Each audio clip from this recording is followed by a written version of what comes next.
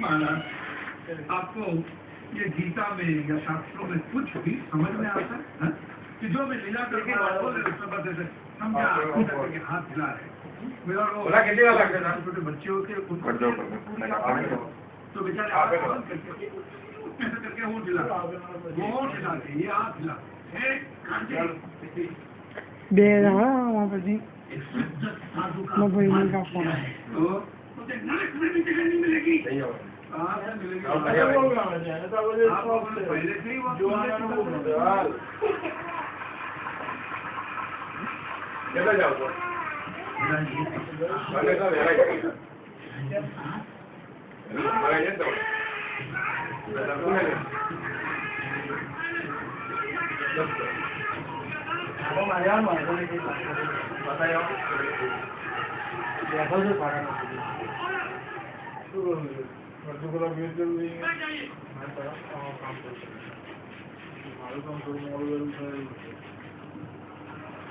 दुखेषु विघ्न मनः सुखेषु विगत स्पृह वितराग भय क्रोध धीर मुनि मुख्य।